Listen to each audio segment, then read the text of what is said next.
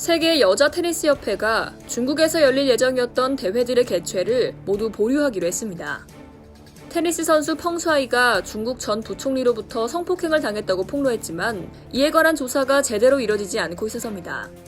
이번 개최 보류로 WTA는 1조 원의 손실을 볼 것으로 예상됩니다만 이처럼 단호한 결정을 내리며 중국의 인권 문제에 대해 불을 지폈습니다.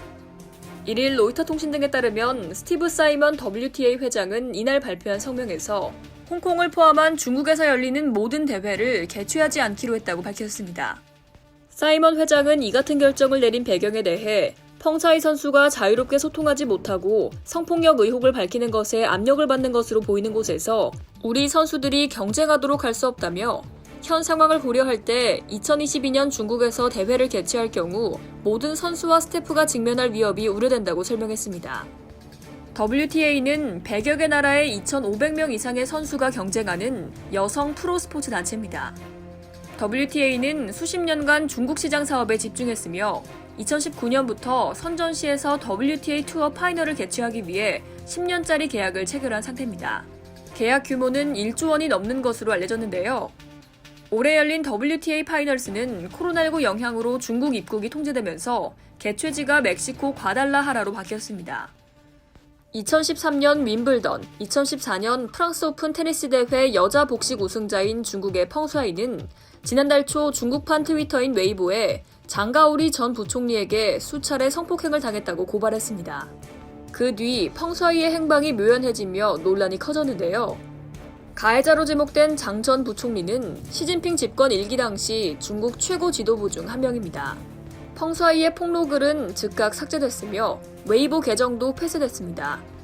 이후 펑수아이가 사이먼 회장에게 보낸 이메일과 근황이 담긴 사진 등이 공개됐지만 그간 펑수아이 폭로에 침묵하던 중국 관영 매체가 이를 공개했다는 점에서 그 진위를 의심받았습니다. WTA는 중국 측에 독립적이고 검증 가능한 증거로 펑수아이가 안전하다는 걸 증명하라고 요구했습니다.